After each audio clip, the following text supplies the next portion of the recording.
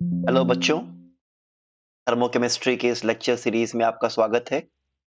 और पिछले 2 lecture of thermochemistry में हमने कई सारी चीजें पढ़ी सीखी एंड आई थिंक आप प्रीवियस लेक्चर्स को रिवाइज करके आए होंगे। चलिए फिर आगे बढ़ते हैं। तो लास्ट लेक्चर में हम लोगों ने क्या देखा कि कौन कौन से फैक्टर्स ऐसे हैं जो कि हीट ऑफ रिएक्शन को इफेक्ट करते हैं। ठीक है, चलिए थोड़ा आगे बढ़ते हैं। आज मैं आपको बताता हूं क्या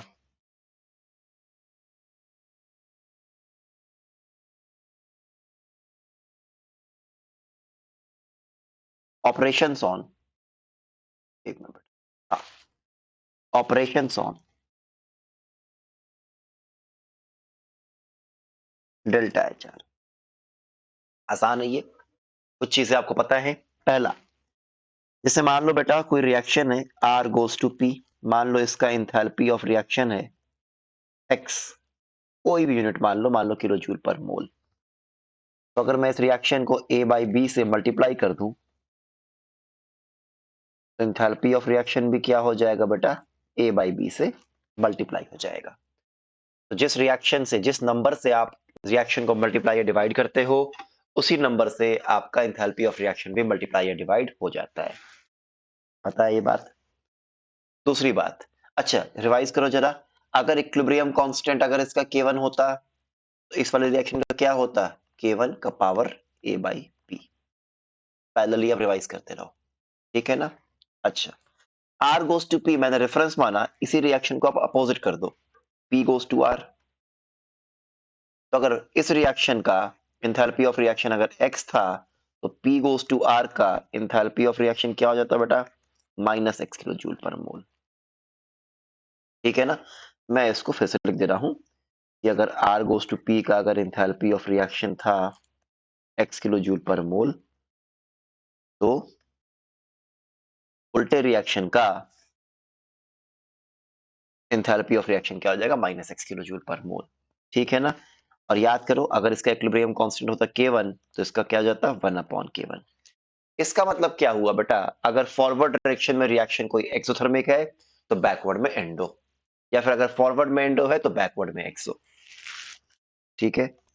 अच्छा, तीसरा पॉइंट आप समझो। तीसरा पॉइंट जैसे मान लो ये है, मान लो मेरे पास कोई रिएक्शन है A गोज टू B, ठीक है। या फिर उससे पहले मैं एक क्वेश्चन बताता हूं आप लोग को। जैसे मान लो मैंने आपको क्वेश्चन दिया N2 gas plus 3H2 gas forms 2 ammonia gas. मान लो इसके लिए बेटा इंथैल्पी ऑफ रिएक्शन मान लो दिया हुआ है आज 400 किलो जूल पर मोल, यह -400 किलो जूल पर मोल मान लो दिया है। अब आपसे मैं पूछूं NH3 gas goes to 1/2 N2 gas plus 3/2 H2 gas, बताइए इसका इंथैल्पी ऑफ रिएक्शन कितना आएगा। अब अगर ये 1 और ये 2 है, बताइए कितना आएगा। सोचिए, पॉज कर लीजिए वीडियो, आप सोचिए, तब तक मैं इसको करता हूं। कैसे करेंगे बेटा, आप खुद सोचो। जो गिवन रिएक्शन है उसमें अमोनिया कहाँ पे है, प्रोडक्ट में है। हमें अमोनिया कहाँ पे लाना है, रिएक्टेंट में। एक बार मैं कर रहा हूं, बाकी फिर आप मन में आप समझ लोगे आराम से। तो इस रिएक्शन को हम क्या करेंगे, अपोजिट करेंगे, उल्टा करेंगे, तो ये हो जाएगा। जब मैंने रिएक्शन को अपोजिट किया तो इंथैल्पी ऑफ रिएक्शन जो -400 तो क्या हो जाएगा, +400। फिर मैंने देखा मुझे इसका स्टाइकियोमेट्रिक कोफिशिएंट अमोनिया का 1 करना है, यहाँ पे 2 है, तो पूरे रिएक्शन को मैं क्या करूंगा, 2 से डिवाइड करूंगा। इंथैल्पी ऑफ रिएक्शन भी 2 से डिवाइड हो गया। इंथैल्पी ऑफ रिएक्शन क्या आ गया, 200 किलो जूल पर मोल। क्या मेरी बात समझ में आ रही है? इसमें कोई दिक्कत वाली बात नहीं है। चलिए फिर बढ़ते हैं आगे। ठीक है, चलो। हाँ, तीसरा ऑपरेशन, जैसे मान लो मेरे पास कोई रिएक्शन है बेटा A गोज टू B, इसका इंथैल्पी ऑफ रिएक्शन मान लो है X। दूसरी मान लो मेरे पास कोई रिएक्शन है C गोज टू D, इसका इंथैल्पी ऑफ रिएक्शन है बेटा मान लो Y। अगर मैं रिएक्शन को ऐड करूंगा A plus C goes to B plus D बन गया।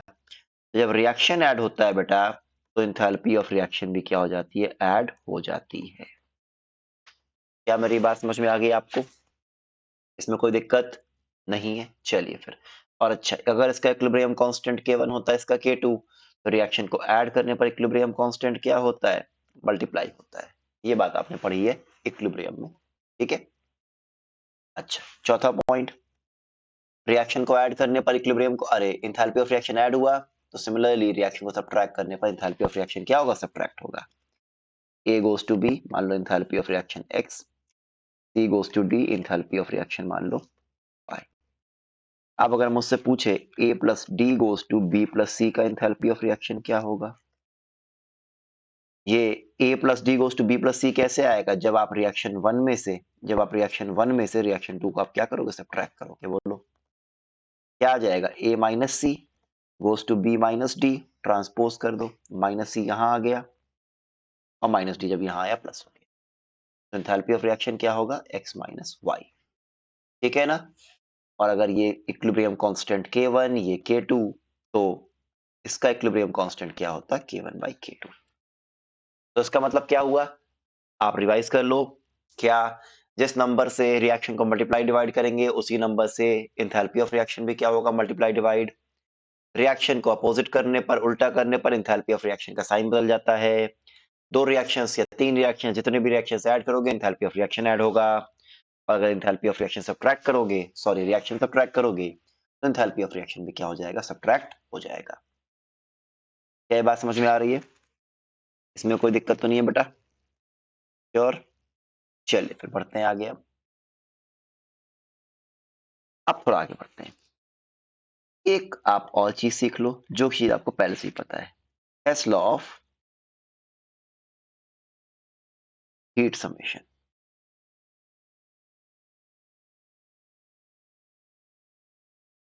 ठीक है ना। अब हेस लॉ क्या है? देखो हेस लॉ बेसिकली क्या है, आपको ये बात पता है ना कि एंथैल्पी एक स्टेट फंक्शन होता है, और चूंकि एंथैल्पी या इंटरनल एनर्जी एक स्टेट फंक्शन होता है बेटा, इसलिए change in enthalpy depends only on initial and final state independent of the path followed. इसका मतलब क्या हुआ बेटा कि जैसे मान लो मेरे पास कोई रिएक्शन है, A गोज टू B, मान लो एंथैल्पी ऑफ रिएक्शन है डेल्टा H1। यहां पे मैं A से B में पहुंचा। अगर सपोज करो मैं A से B में डायरेक्टली ना पहुंच के मैं पहले जाता C, और C से फिर मैं जाता B में, A से C का enthalpy of reaction delta H2, C से B का मान लो डेल्टा H3। या फिर एक और पाथवे होता, A से पहले मैं जाता D में, D से जाता E में, E से जाता B में। एंथैल्पी ऑफ रिएक्शन मानो इसका डेल्टा H4, A से D का, D से E का मानिए डेल्टा H5, और E से B का मानिए डेल्टा H6। अब देखो बेटा, अल्टीमेटली इनिशियल तो A है, फाइनल स्टेट B है, लेकिन तीन पाथ मैंने अपनाए हैं कि नहीं? पहला पाथ ये, दूसरा और तीसरा। हालांकि इनिशियल और फाइनल स्टेट सेम है, तो चेंज इन एंथैल्पी भी क्या आएगा? सेम आएगा। तो हेस लॉ यही बोलता है, क्या हो जाएगा? Delta H1 will be equal to delta H2 plus delta H3 will be equal to delta H4 plus delta H5 plus delta H6। मेरी बात समझ में आ रही है आपको? में कोई दिक्कत तो नहीं है? ठीक है। अच्छा, हेस लॉ ऑफ हीट समेशन से ही, हेस लॉ ऑफ हीट समेशन से ही बेटा आप केमिकल बॉन्डिंग में आप एक चीज पढ़ते हो, क्या याद करो? Born Haber cycle.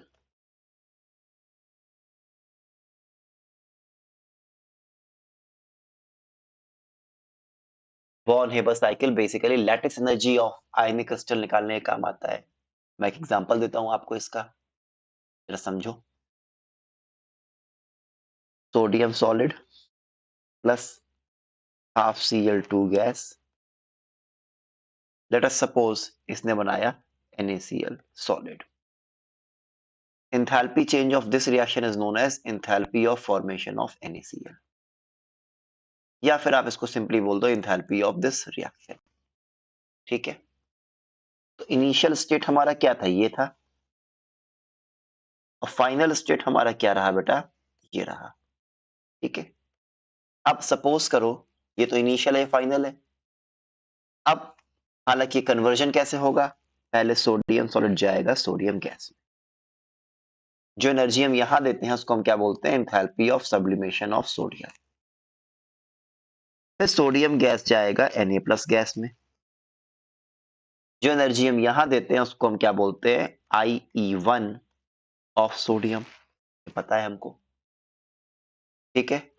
अब देखो बेटा Cl2 और Cl2 में Cl के बीच का बॉन्ड तोड़ना है, तो अगर मुझे Cl और Cl का बॉन्ड तोड़ना रहे तो जो एनर्जी रिक्वायर्ड होती है उसको हम बोलते हैं bond dissociation energy of Cl2। लेकिन यहाँ पे चूंकि हाफ Cl2 है तो एनर्जी रिक्वायर्ड भी कितनी होगी, हाफ, ठीक है ना। तो क्या बनेगा, Cl गैसियस एटम बनेगा giving bond dissociation energy by 2 of Cl2। Chemical bonding में पढ़ी है आपने सारी चीजें। और फिर Cl gas will go to Cl minus gas by getting first electron gain enthalpy, या फिर आप ये बोलो IE1 इलेक्ट्रॉन एफिनिटी आप बोल लो, हल्का सा अंतर होता है हालांकि, IE1 of Cl gas। और जब ये दोनों गैसियस आयन कंबाइन करेंगे टू फॉर्म NaCl सॉलिड, तब जो एनर्जी रिलीज होती है उसको हम बोलते हैं लैटिस एनर्जी। तो इसका मतलब या तो मैं इस इनिशियल स्टेट से इस फाइनल स्टेट पर डायरेक्टली आऊं, या तो इस तरह से आऊं, टोटल हीट सेम होगा कि नहीं बताओ। तो I can write what, Born Haber cycle के अनुसार हम क्या बोलेंगे, enthalpy of formation of NaCl is equal to क्या, enthalpy of sublimation of sodium plus IE1 of sodium plus bond dissociation energy of by 2 of Cl2 plus IE1 of chlorine plus lattice energy of NaCl। ये है आपका क्या, Born Haber cycle. अब Born Haber cycle क्या होता है, it is the application of Tesla law of heat summation. यहां तक क्लियर है बताइए। चलिए फिर, यहां तक अगर क्लियर है तो इतना काफी आज के लिए। नेक्स्ट लेक्चर में हम पढ़ेंगे types of enthalpy of reaction, जिसमें हम शुरुआत करेंगे एंथैल्पी ऑफ फॉर्मेशन से, ठीक है ना। चलिए फिर, that's it for today. Thank you all and a very happy learning. Thank you.